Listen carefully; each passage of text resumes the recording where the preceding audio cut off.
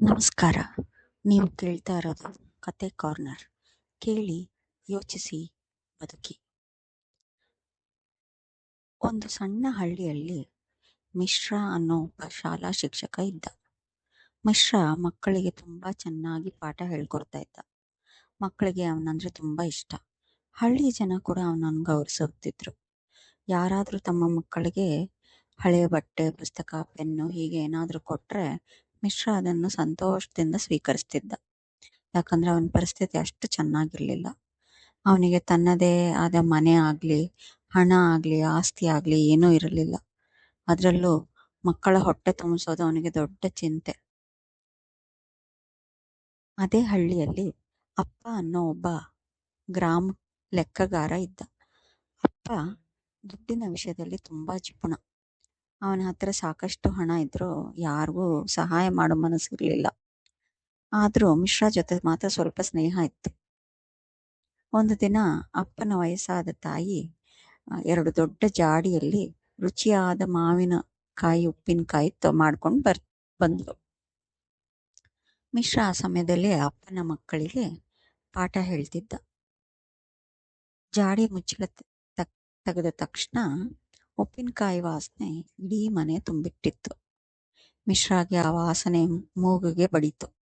ತಕ್ಷಣ ಬಾಯಲ್ಲಿ ನೀರು ಊರಕ್ಕೆ ಶುರುವಾಯಿತು. ಅವನಿಗೆ ಉಪ್ಪಿನಕಾಯಿ ಅಂದರೆ ತುಂಬ ಇಷ್ಟ. ಅವನು ಆ ಜಾಡಿಯನ್ನು ನೋಡ್ತಾನೆ ಇದ್ದ. ಆಗ ಅವನ ಮನಸ್ಸಿನಲ್ಲಿ ಕೆಟ್ಟ ಯೋಚನೆ ಬಂತು. ಈ ಜಾಡಿ ಹೇಗಾದರೂ ನಾನು ಮನೆಗೆ ತಗೊಂಡು ಹೋದರೆ ಅಂತ ಯೋಚನೆ ಬಂದಿದ್ದೆ ತಡ ಮಿಶ್ರಾ ಒಂದು ಜಾಡಿಯನ್ನು ಕದ್ದು ತನ್ನ ಮನೆಗೆ ತಗೊಂಡು ಹೊರಟೋಗ್ತಾನೆ. ಸ್ವಲ್ಪ ಹೊತ್ತಿನ ನಂತರ ಅಪ್ಪಗೆ ಜಾಡಿ ಕಾಣಿಸಲ್ಲ. ಅವನು ತಕ್ಷಣ ಅರ್ಥ ಮಾಡ್ಕೊಳ್ತಾನೆ, ಇದು ಮಿಶ್ರಾನೇ ಮಾಡಿರಬೇಕು ಅಂತ. ಅವನು ಮಿಶ್ರಾನ ಮನೆಗೆ ಹೋಗಿ ಹುಡುಕ್ಬೇಕು ಅಂತ ತೀರ್ಮಾನಿಸಿದಾಗ ಅಪ್ಪನ ತಾಯಿ ಹೇಳ್ತಾರೆ, ನೀನು ಮಿಶ್ರಾನ ಮನೆಗೆ ಹೋಗಿ ಹುಡುಕಿದ್ರೆ ಏನೂ ಸಿಗಲ್ಲ. ಅವನು ಜಾಡಿಯನ್ನು ಬೇರೆ ಕಡೆ ಇಟ್ಟಿರಬಹುದು. ಆಮೇಲೆ ಸ್ವಲ್ಪ ಯೋಚಿಸು. ಒಂದು ಕೆಲಸ ಮಾಡೋಣ, ನಾನು ಒಂದು ದೊಡ್ಡ ಪೆಟ್ಟಿಗೆ ಒಳಗಡೆ ಹೋಗಿ ಕೂತ್ಕೋತೀನಿ. ಆ ಪೆಟ್ಟಿಗೆನ ನೀನು ಮಿಶ್ರಾನ ಮನೆಗೆ ತಗೊಂಡು ಹೋಗು. ಅಪ್ಪ ಆಶ್ಚರ್ಯದಿಂದ ತಾಯಿನ ನೋಡ್ತಾನೆ. ನೀವು ಯಾಕಮ್ಮ ಪೆಟ್ಟಿಗೆ ಒಳಗಡೆ ಹೋಗ್ತೀರಾ? ಅದಕ್ಕೆ ತಾಯಿ ನಗುತ್ತಾ ಹೇಳ್ತಾಳೆ, ನಾನು ಅಲ್ಲಿ ಅಡಗಿಕೊಂಡು ಕೂತ್ಕೋತೀನಿ. ನೀನು ಮಿಶ್ರಾನ ಜೊತೆ ಮಾತಾಡಿ ಹೊರಗೆ ಹೋದ್ಮೇಲೆ ನಾನು ಪೆಟ್ಟಿಗೆಯಿಂದ ಹೊರಗಡೆ ಬಂದು ಜಾಡಿ ಎಲ್ಲಿದೆ ಅಂತ ಹುಡುಕ್ತೀನಿ ಅಂತ. ಅಪ್ಪಂಗೆ ಈ ಉಪಾಯ ಚೆನ್ನಾಗಿದೆ ಅನ್ನಿಸುತ್ತೆ. ಅವನು ತಾಯಿಯನ್ನು ಪೆಟ್ಟಿಗೆ ಒಳಗೆ ಕೂರಿಸಿ ಆ ಪೆಟ್ಟಿಗೆಯನ್ನು ಮಿಶ್ರಾನ ಮನೆಗೆ ತಗೊಂಡೋಗಿ ಮಿಶ್ರಾಗೆ ಹೇಳ್ತಾನೆ, ಮಿಶ್ರಾ, ನಾನು ವಾರಣಾಸಿಗೆ ಹೋಗ್ತೀನಿ. ಈ ಪೆಟ್ಟಿಗೆಗಳಲ್ಲಿ ನನ್ನ ಬೆಲೆ ಬಾಳುವ ವಸ್ತುಗಳಿವೆ. ಸ್ವಲ್ಪ ದಿನ ಜೋಪಾನವಾಗಿ ಇಟ್ಕೋ ಆಯ್ತಾ ಅಂತ. ಮಿಶ್ರಾ ಅನುಮಾನ ಪಡಲಿಲ್ಲ. ಸರಿ, ನೀನು ಹೋಗು ಅಂತ ಹೇಳ್ತಾನೆ. ಅಪ್ಪ ಅಲ್ಲಿಂದ ಹೊರಡ್ತಾನೆ. ರಾತ್ರಿ ಆಗುತ್ತೆ. ಮಿಶ್ರಾನ ಹೆಂಡತಿ ಮತ್ತು ಮಕ್ಕಳು, ಕುಟುಂಬ ಎಲ್ಲರೂ ಊಟಕ್ಕೆ ಕೂತ್ಕೋತಾರೆ.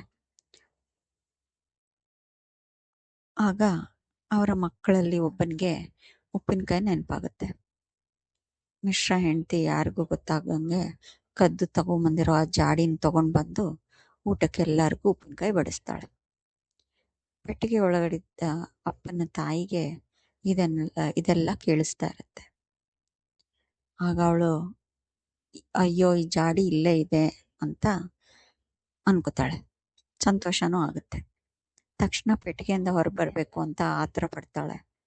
ಆದರೆ ಆ ಸಮಯದಲ್ಲಿ ಎಲ್ಲರೂ ಊಟ ಮಾಡೋ ಈ ಉಪ್ಪಿನಕಾಯಿ ವಾಸನೆ ಅವಳ ಮೂಗಿಗೆ ಬರುತ್ತೆ. ಅವಳಿಗೂ ಹಸಿವಾದಂಗೆ ಆಗುತ್ತೆ. ಆಗ ಅವಳು ಪೆಟ್ಟಿಗೆಯಲ್ಲಿ ಆಹಾರ ಕೊಟ್ಟಿರ್ತಾನಲ್ಲ ಮಿಶ್ರ,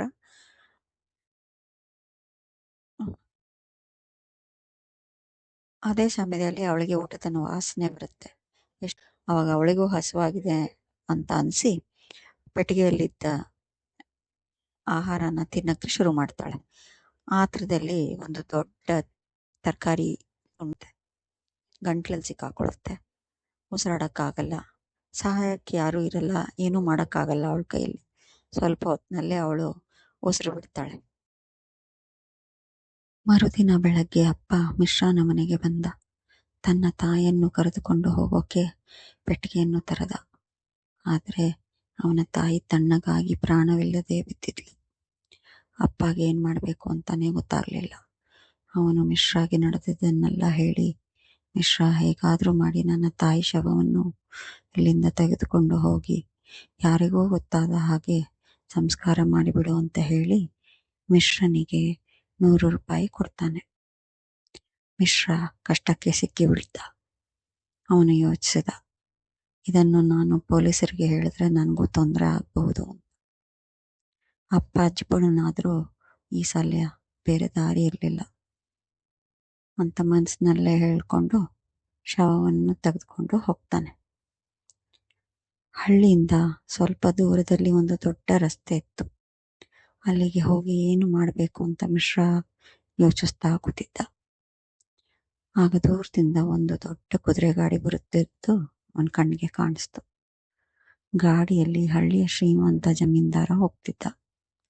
ಮಿಶ್ರಾನ ತಲೆಗೆ ಒಂದು ಯೋಚನೆ ಬಂತು. ಅವನು ತಕ್ಷಣ ಆ ವಯಸ್ಸಾದ ಹೆಂಗಸಿನ ಶವವನ್ನು ರಸ್ತೆಗೆ ಅಡ್ಡವಾಗಿ ಎಸೆದ. ಕುದುರೆ ಗಾಡಿ ಹತ್ತಿರ ಬರ್ತಿದ್ದಂತೆ ಜಮೀನ್ದಾರ ಗಾಬರಿಯಾಗಿ ಗಾಡಿಯನ್ನು ನಿಲ್ಲಿಸಿದ. ಅವನಿಗೆ ಏನಾಯ್ತು ಅನ್ನೋದೇ ಅರ್ಥವಾಗಲಿಲ್ಲ. ಅವನ ಕಣ್ಣಿಗೆ ಕಾಣಿಸಿತ್ತು ರಸ್ತೆಯಲ್ಲಿ ಬಿದ್ದಿದ್ದ ಒಬ್ಬ ವಯಸ್ಸಾದ ಹೆಂಗಸಿನ ಶವ. ಅಯ್ಯೋ, ನನ್ನ ಗಾಡಿ ಈ ಹೆಂಗಸಿಗೆ ಡಿಕ್ಕಿ ಹೊಡೆದಿರಬೇಕು. ಮಿಶ್ರಾ ಅಲ್ಲೇ ನಿಂತು ದುಃಖದ ಮುಖ ಮಾಡಿಕೊಂಡ. ಜಮೀನ್ದಾರ ಮಿಶ್ರಾನನ್ನು ನೋಡಿ ಹೇಳಿದ, ನೋಡು, ನನ್ನ ಗಾಡಿಯಿಂದ ಈ ಅಪಘಾತ ಆಗಿದೆ ಅಂತ ಕಾಣುತ್ತೆ. ನೀನು ಈ ಹೆಂಗಸಿನ ಕುಟುಂಬದವರಿಗೆ ನನ್ನ ಕಡೆಯಿಂದ 100 ರೂಪಾಯಿ ಪರಿಹಾರ ಕೊಡು ಅಂತ. ಇನ್ನು ಮೇಲೆ ನಡೆಯುವಾಗ ತುಂಬಾ ಜಾಗ್ರತೆಯಿಂದ ಇರಬೇಕು ಎಂದು ಬುದ್ಧಿವಾದ ಹೇಳಿ ಅಲ್ಲಿಂದ ಹೊರಟ. ಮಿಶ್ರಾ ಕೈಯಲ್ಲಿದ್ದ 100 ರೂಪಾಯಿ ನೋಡಿದ. ಅವನ ಮುಖದಲ್ಲಿ ನಿಧಾನವಾಗಿ ನಗು ಬಂತು. ಅಪ್ಪನಿಂದ ತೆಗೆದುಕೊಂಡ 100 ರೂಪಾಯಿ, ಇದೀಗ ಜಮೀನ್ದಾರ ಕೊಟ್ಟ ಮತ್ತೊಂದು 100 ರೂಪಾಯಿ, ಒಟ್ಟು 200 ರೂಪಾಯಿ. ಮಿಶ್ರಾ ತನ್ನ ಅದೃಷ್ಟವನ್ನು ತಾನೇ ಹೊಗಳಿಕೊಂಡ. ಏನೋ ದೇವರೇ ನನ್ನ ಮೇಲೆ ಕರುಣೆ ತೋರಿಸಿದ ಹಾಗೆ ಇದೆ ಅಂತ ಮನಸ್ಸಿನಲ್ಲಿ ಅಂದುಕೊಂಡು ಶವವನ್ನ ಸಂಸ್ಕಾರ ಮಾಡಿ ಮನೆ ಕಡೆಗೆ ಹೊರಟ.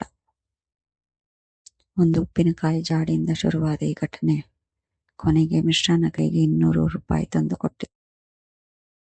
ಆದರೆ ಈ ಕಥೆಯಲ್ಲಿ ನಿಜವಾದ ಒಂದು ಪ್ರಶ್ನೆ ಇದೆ. ಅದೃಷ್ಟ ಅನ್ನೋದು ನಿಜವಾಗಿಯೂ ಅವನ ಪರವಾಗಿತ್ತ, ಅಥವಾ ಒಬ್ಬನ ತಪ್ಪಿನ ಮೇಲೆ ಮತ್ತೊಬ್ಬನ ತಪ್ಪು ನಿಂತಾಗ ಅದನ್ನೇ ನಾವು ಅದೃಷ್ಟ ಅಂತ ಕರಿತೀವ? ಇದು ಕತೆ ಕಾರ್ನರ್. ಕೇಳಿ, ಯೋಚಿಸಿ, ಬದುಕಿ.